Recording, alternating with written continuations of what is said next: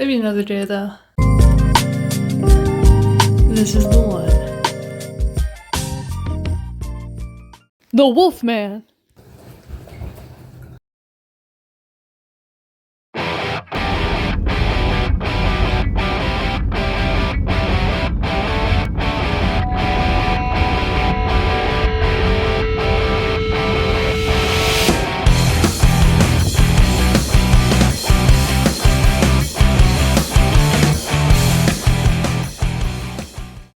So, what is Mystic Falls for the person who did not grow up obsessed with the Vampire Diaries and this man? So,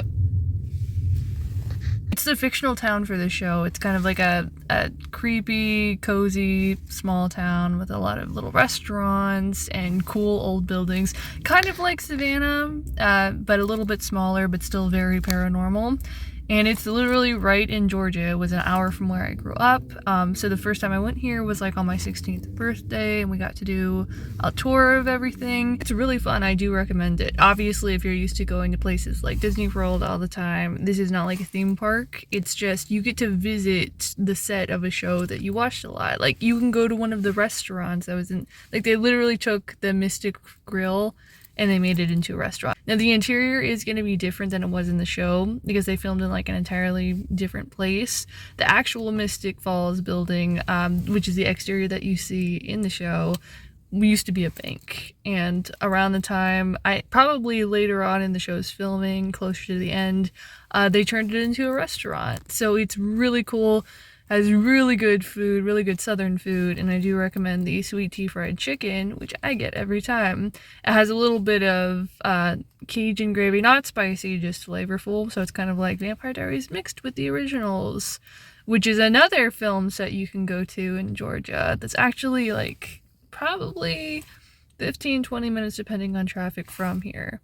And I've been there before too when they did the first ever what was it, like Always and Forever convention where you get to meet some of the cast, so that was fun. Another fun thing you can do over here is visit the 12 Oaks Bed and Breakfast where they filmed like a lot of stuff, because I think Covington is kind of like, they call it like the Hollywood of the South, even though Atlanta is kind of turning into that for Georgia overall. But no, so if you go to the 12 Oaks Bed and Breakfast where I've stayed before, there's like 3 rooms that are based on the Vampire Diaries now. But my favorite is the one that they used as Catherine's bedroom in the show when they do like the 1800s flashbacks. And it's really cool. There's this giant freaking bathtub that if you fill it up, you can like float in because it's so much. But there's also this really like creepy, weird ribcage shower. That's one of the only one that you can go to, I think, maybe at least in the US. But it cleans you real good. Because the big thing that I want to start doing again is going to all these cool places over the US, over the world, now that I've been to Japan, and just kind of see the coolest places. So in this series, I'm going to start with the ones that I've been to that I kind of know, but I'm going to do a twist on it because it's Christmas time. And for some reason, I've started associating Christmas with werewolves. Santa's turned into a werewolf. Might need your help to save Christmas. I'll grab my jacket.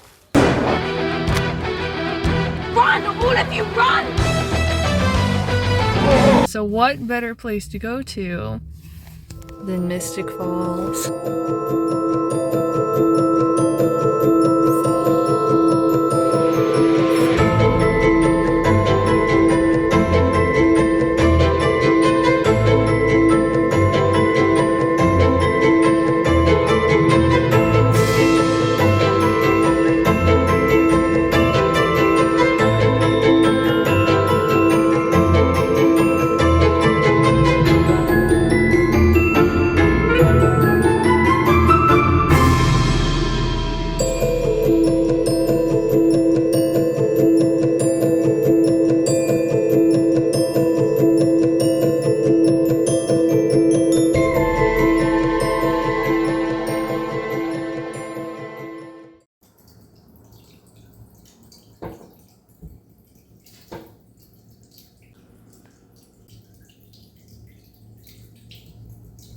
That's not how this is supposed to go.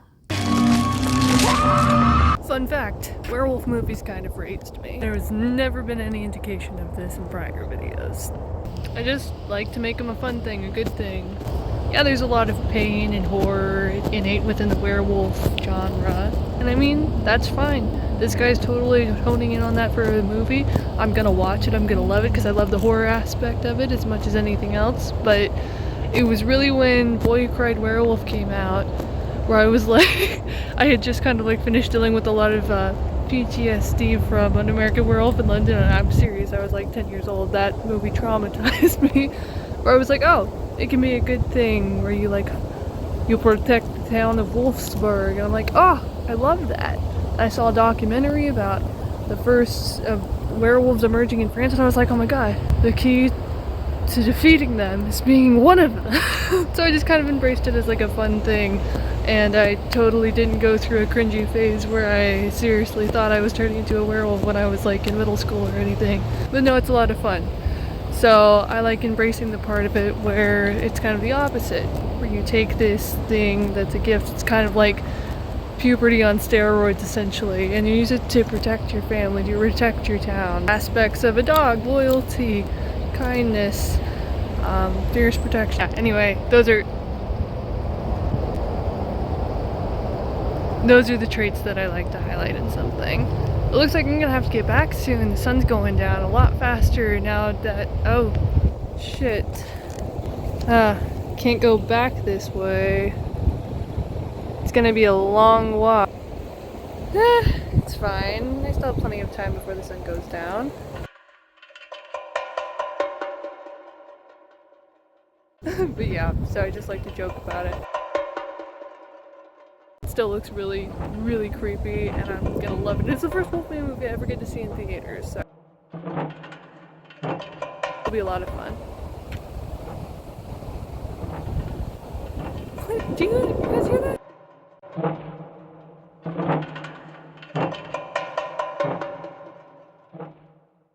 False alarm, guys. I've made it back before the sun went down. Still not hungry, so I'm probably gonna grab a bite to eat later, but that's fine. I'll be hungry soon.